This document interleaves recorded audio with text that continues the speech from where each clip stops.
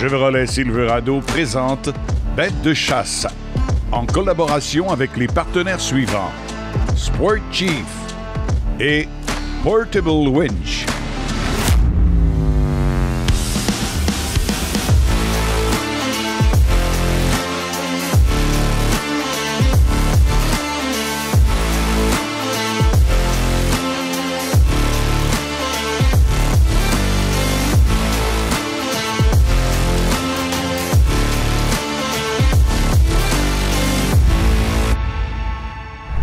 Cette semaine à Bête de chasse, vous allez voir, on approfondit les méthodes, les techniques de chasse, notamment dès le début avec les conseils du pro Charles Doris. On parle stratégie à la chasse au chevreuil. Plus tard, dans l'émission, notre expert Dan Lavoie nous en dira plus long sur les odeurs et leur utilisation dans vos stratagèmes, vos tactiques de chasse. On aura aussi un film fascinant et saisissant, Chasse à l'orignal, et il s'agit d'un doublé au féminin, des images qui donnent des frissons. Aussi, notre chronique d'actualité de chasse avec Luc Brodeur de l'UPF et Simon Boivin de la CEPAC. On jase tirage au sort. Installez-vous confortablement. On va passer un bon moment ensemble.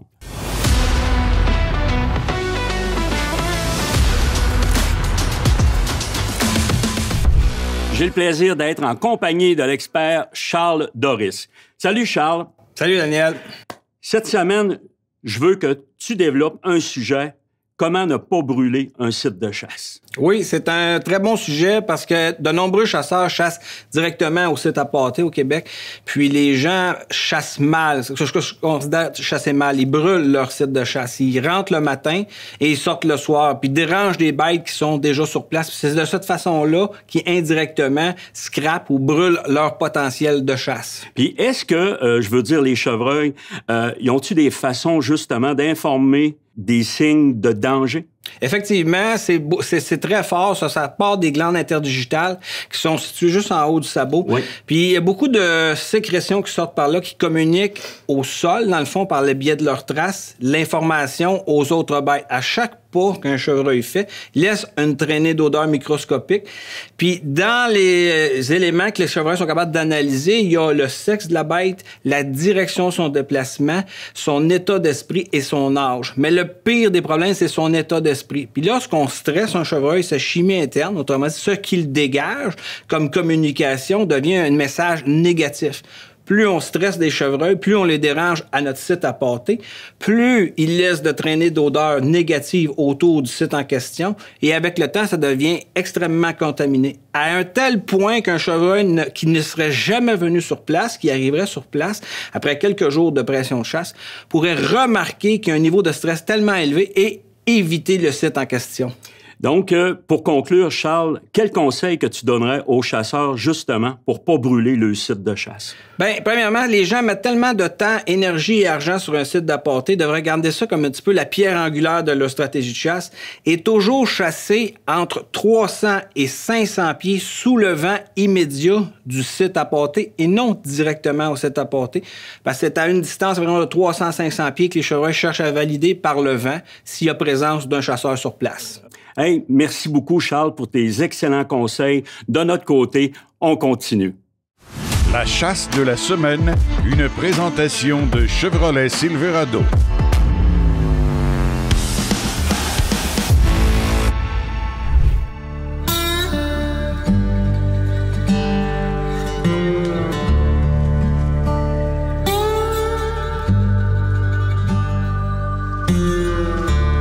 Salut tout le monde, je me présente, moi c'est Claudie Michaud de Québec, originaire du Lac-Saint-Jean. Cette année, c'est ma deuxième année à Matane pour une chasse à l'orignal avec la team de TFCP.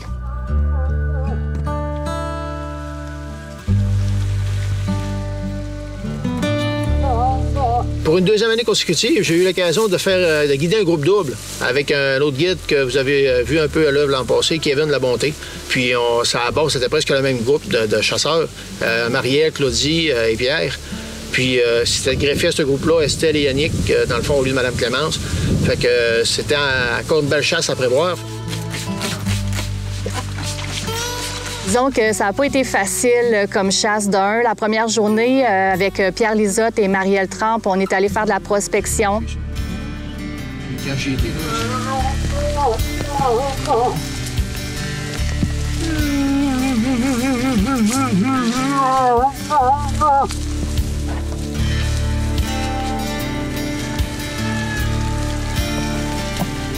On n'a rien vu du tout. Deuxième journée, je dois avouer, de la pluie sans arrêt, non-stop. La météo est morbide un peu le matin. Il annonce comme 15 à 30 mm depuis aujourd'hui. Fait que on va commencer par ce secteur-là, puis on verra ce qui va se passer par la suite.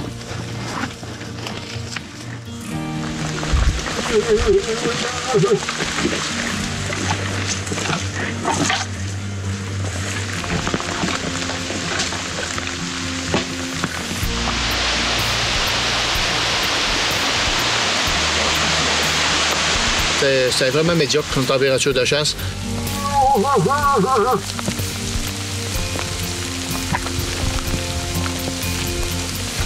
On a réussi à avoir une femelle et un petit boc, mais il était vraiment trop à distance pour qu'on puisse avoir un tir là-dessus.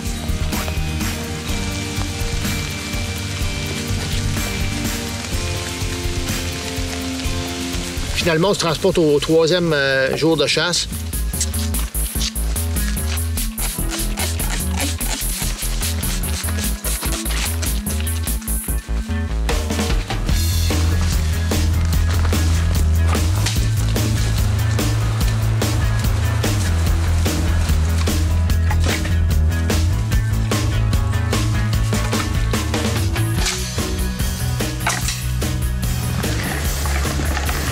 Pas trop de mouvement non plus. Début de soirée, la lumière commence à descendre. On entend un bruit dans le bois. On va le laisser. 50 bucks, là, on va le laisser. Et si ça arrivait, on a une grosse lumière.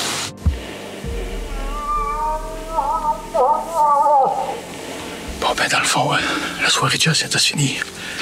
On a manqué de temps un peu, peut-être une demi-heure de plus, là. Donc, le lendemain matin, on a décidé d'aller dans le même secteur, justement, vu qu'on avait eu de l'action la veille. Et là, on a fait la couette de bois qu'on a entendu. On a eu une réponse de Montliaille. On s'est fait avoir par le ressort un peu, qu'on va espérer que c'est dans le secteur encore un matin.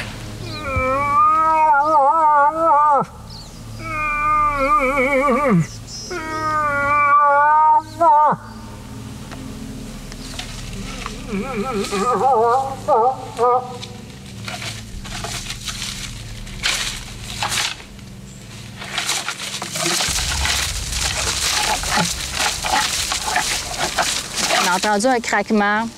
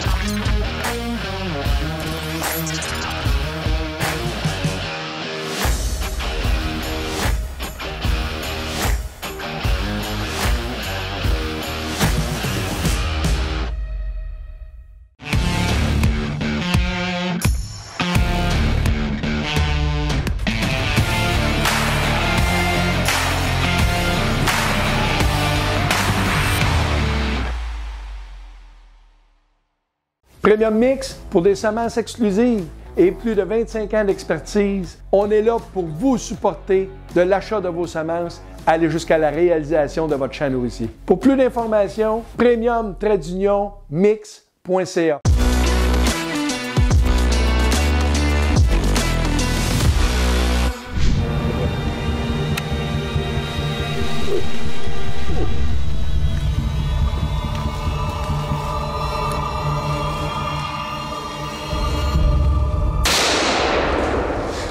Ça s'est fait tellement rapidement. Le bas qui a répondu, il a avancé vers nous. Puis, il y a eu la kill shot qui est tombé directement sur place. Il n'a jamais bougé de là. C'était une sensation tellement extraordinaire, là. Wow! Il a tombé!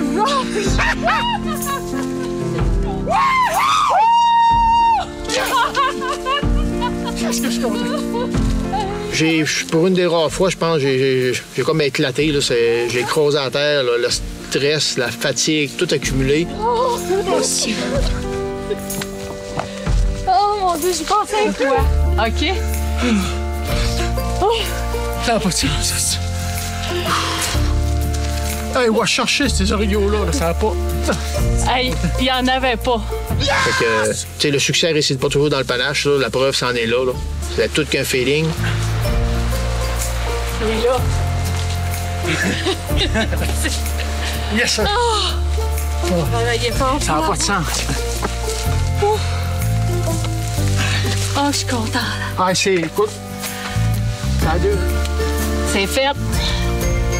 Donc, en conclusion, on peut dire qu'on a eu un merveilleux voyage malgré la pluie. J'espère avoir la chance de retrouver de un, la même gang, puis avoir un thrill aussi intéressant qu'on a vécu dans ce 4 jours-là. C'était une superbe chasse avec un superbe groupe, encore une fois.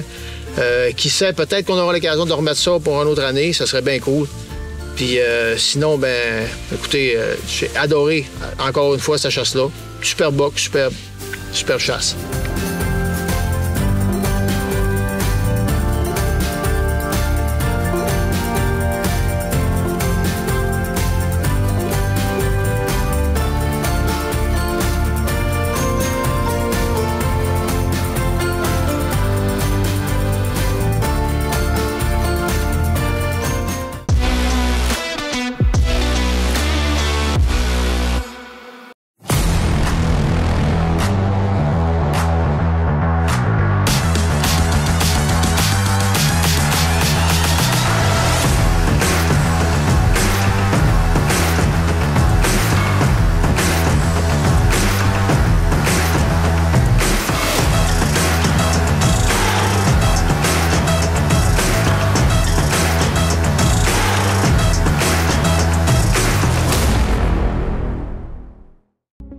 Écotone, le plus grand réseau de magasins au Québec spécialisé dans la chasse, la pêche et le plein air.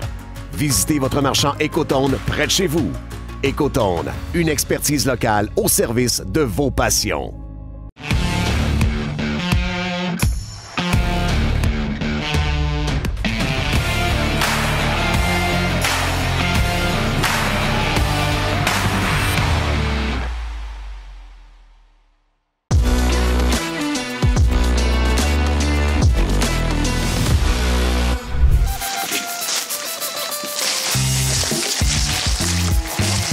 Bonjour tout le monde, je m'appelle Kevin Labonté pour ceux qui me connaissent pas. Je viens de la Beauce, Saint-Honoré-de-Chandelay plus précisément.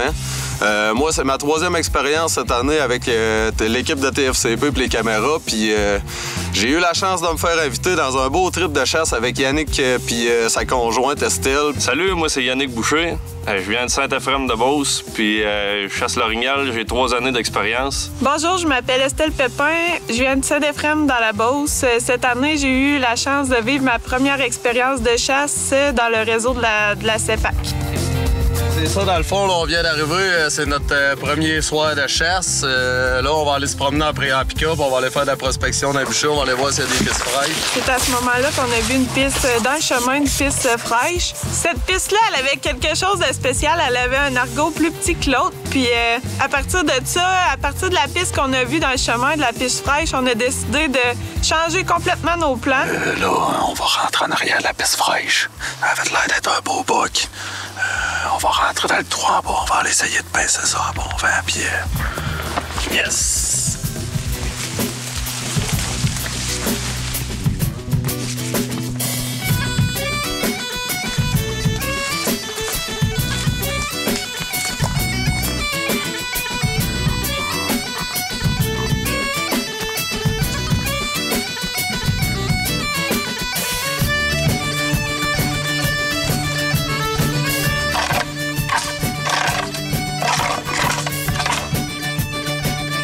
là, Kevin, il sort son petit call terrible. Moi, j'ai trippé d'entendre Kevin caller comme avec toutes les sacoches.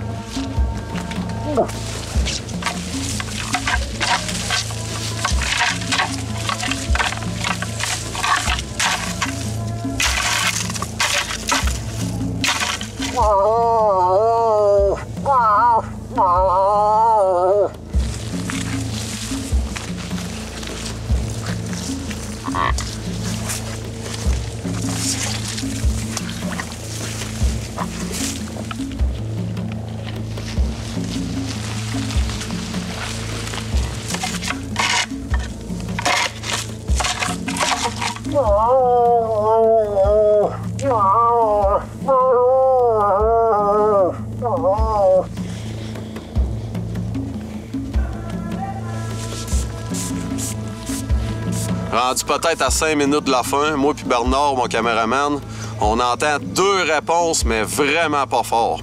Fait que là, tu sais, ça m'a montré qu'il y avait un bug dans le coin, puis il y avait un bug dans le coulée. Fait que j'ai dit, on arrête ça de rester là pour pas le brûler.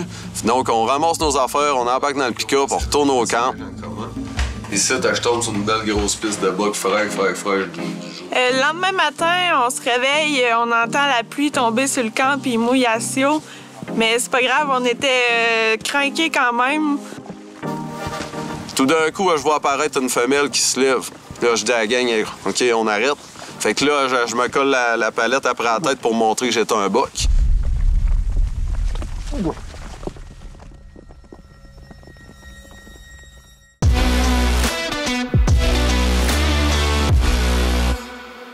T'as besoin de puissance pour tirer ton gibier, tirer du bois, tirer ton 4 roues, tirer des affaires au chalet, ou ben te tirer d'affaires. T'as juste besoin d'un treuil portable winch. Avec ça, tu vas avoir la vraie puissance entre tes mains. Portable winch, c'est simple, c'est fort, c'est efficace. Passe à l'action. Offre-toi un treuil portable winch.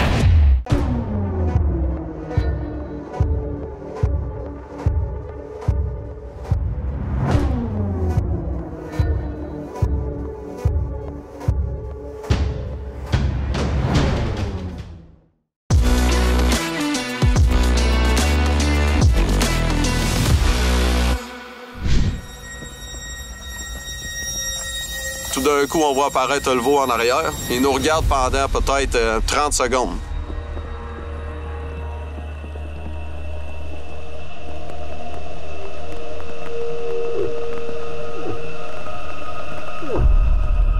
Puis d'un coup, on entend une réponse. Le bas qui colle bien raide. Là, je me devais vers Estelle pour voir si elle était prête. Là, je vois qu'elle est en train d'essuyer son télescope. Fait que là, c'est bon. Elle est en train de se préparer à effectuer un bon tir.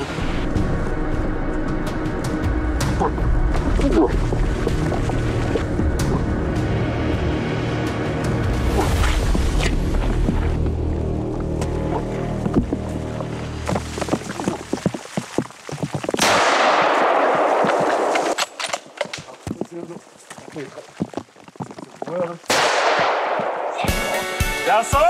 Yes, sir! Let's go, yeah! Yeah! Allez, un beau...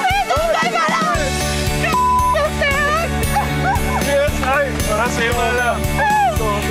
Estelle, elle a effectué un super de beau tir au poumon. Vital. Après ça, le bas qui a avancé de, je te dirais, d'une quinzaine de pieds. Yannick a effectué un tir au cou qui était mortel. L'orignal a tombé direct là. Tout le monde est super content. Wow! Wow! Hey, on voit le beau petit spot! Ouais, Mathieu! Hey! Chris, il est tombé malade! Yeah! Félicitations, Estelle! Félicitations, Jeanne. Merci. Félicitations.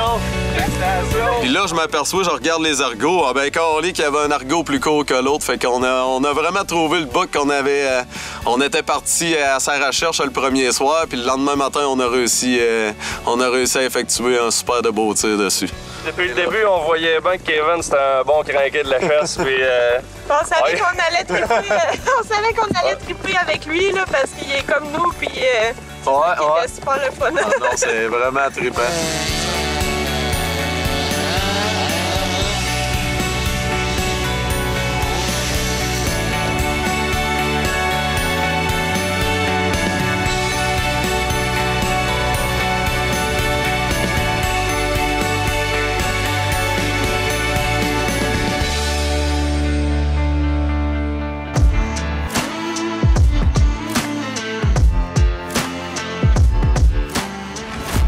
Dans la chronique actualité, cette semaine, j'ai le bénévole, je crois, de l'année, en l'occurrence, Luc Brodeur. Salut, mais je parle de toi, mais je sais que vous êtes quand même plusieurs personnes qui supportent ce regroupement. Grosse équipe, une grosse équipe. Puis cette équipe-là est composée de plusieurs professionnels, que ce soit de la faune, tech agricole, biologiste, ingénieur forestier. C'est des gars de terrain qui croient en ce qu'on fait, puis qu'on veut regrouper ces gens-là pour prendre les meilleures décisions possibles. Puis, il y a beaucoup de gens, je pense, qui sont mal informés par rapport ils disent que l'UPF, c'est seulement pour aller tuer les gros. Ce qu'on veut, c'est le RTLB. La restriction de la taille légale des bois. Les gens pensent que ce qu'on veut, c'est protéger les jeunes pour juste produire des trophées. À la base, c'est pas ça du tout. L'objectif d'un RTLB, puis on l'a vu dans la 6 avec les années qu'on a faites d'essais, c'est que ça rétablit une structure d'âge beaucoup mieux équilibrée dans le segment mâle. C'est-à-dire des mâles d'1 an, 2 ans, 3 ans, aller jusqu'à 5, 6, 7 ans. Ce qu'on n'avait pas avant dans l'ancienne gestion, c'est que 85% des mâles sont des mâles d'1 an et demi, puis avec très, très peu de mâles, les ratios déséquilibrés. Là, ce qu'on veut, c'est équilibrer les ratios, avoir autant de femelles que de mâles, pratiquement, mais avoir une structure d'âge plus élevée, ce qui ferait que la qualité de chasse serait de beaucoup supérieure. La qualité de chasse beaucoup supérieure, puis justement, il y aurait beaucoup plus de possibilités de récolter vraiment un gros mâle. Plus de signes. Exactement. Plus de signes, des robs, des scrapes. C'est là qu'on voit, quand il y a une compétition entre les mâles, on a beaucoup plus de signes, beaucoup plus intéressant à chasser. Puis là, tu sais, là, rendu à cette étape-là, de récolter un mâle de 2 ans et demi ou de 4 ans et demi ou de 6 ans et demi, que ce soit un trophée ou que ce soit un 8 points de 120, c'est un choix personnel. Là où ce qu'il faut bien retenir les choses, c'est qu'il faut pas exagérer dans la récolte de mâles pour justement conserver cette structure d'âge-là dans la population. Il y a vraiment des informations très intéressantes. Puis j'invite les gens encore à justement aller voir votre site web. Écoute, pas gênant, l'UPF, autant que votre site Facebook. Donc, on invite les gens justement à aller vous supporter. Merci à toi, Daniel. Alors, merci beaucoup, Luc. De notre côté, on enchaîne avec l'action. Alors, dans notre chronique actualité, cette semaine, on se transporte dans les locaux de la CEPAC avec notre représentant Simon Boivin. Écoute, Simon, on vient de sortir de la période des fêtes. Puis quand on parle période des fêtes, moi, j'ai toujours une idée qui me vient en tête. On parle de tirage au sort. Avec la période des fêtes, il y a plusieurs traditions. La dinde, les cadeaux, l'inscription au tirage au sort. Tu sais que la période d'inscription est ouverte depuis le 1er décembre et elle s'étire jusqu'au 15 janvier. Donc, les gens qui ont envie d'un séjour en réserve faunique, que ce soit un secteur en particulier, avec un type d'arme ou encore à des dates particulières, c'est encore le temps de le faire. Que ce soit on s'inscrive le 14 janvier ou qu'on s'inscrive le 2 décembre, les chances sont les mêmes là, d'avoir accès au tirage pour le produit qu'on cherche. Donc, il est encore le temps de le faire pour ceux qui ne l'ont pas déjà fait. Absolument. Puis je sais que vous avez fait de belles acquisitions en 2022. Et qu'est-ce qui est important? Je pense que ça va donner des chances supplémentaires à nos amateurs de chasse aussi. Ben oui, on a une super nouvelle en 2022. La CEPAC est devenue propriétaire de la seigneurie de la Rivière-Madeleine. Oui. Et donc, c'est un nouveau secteur de chasse qui s'ouvre pour les groupes doubles, qui est annexé à la réserve faunique des Chic-Chocs. Donc, je pense qu'il va y avoir beaucoup d'intérêt. Tu sais, les réserves de l'Est, le taux de succès est excellent. Donc, c'est une nouveauté. Puis, les gens que ça peut intéresser, c'est le temps de s'inscrire pour le tirage. Absolument. Hey, merci beaucoup, Simon. Et de notre côté, justement, on fait une dernière invitation. Alors, les gens, allez visiter cepac.com et allez inscrire votre nom. On ne sait jamais, la chance peut être de votre côté. Voilà, c'est déjà tout. Merci d'avoir été avec nous et merci de nous avoir laissé entrer chez vous. C'est un plaisir toujours renouvelable pour nous. À la semaine prochaine. Je vous laisse sur une dernière citation. Chacheur, chaché, sans change... Ben, vous savez ce que je veux dire, là. J'espère que tu tires mieux que t'articules. C'était Bête de chasse. Salut. Que t'es sale. L'émission Bête de chasse vous a été présentée grâce aux partenaires suivants. Les armes Antler, les produits Extrême CG et BeaverTech.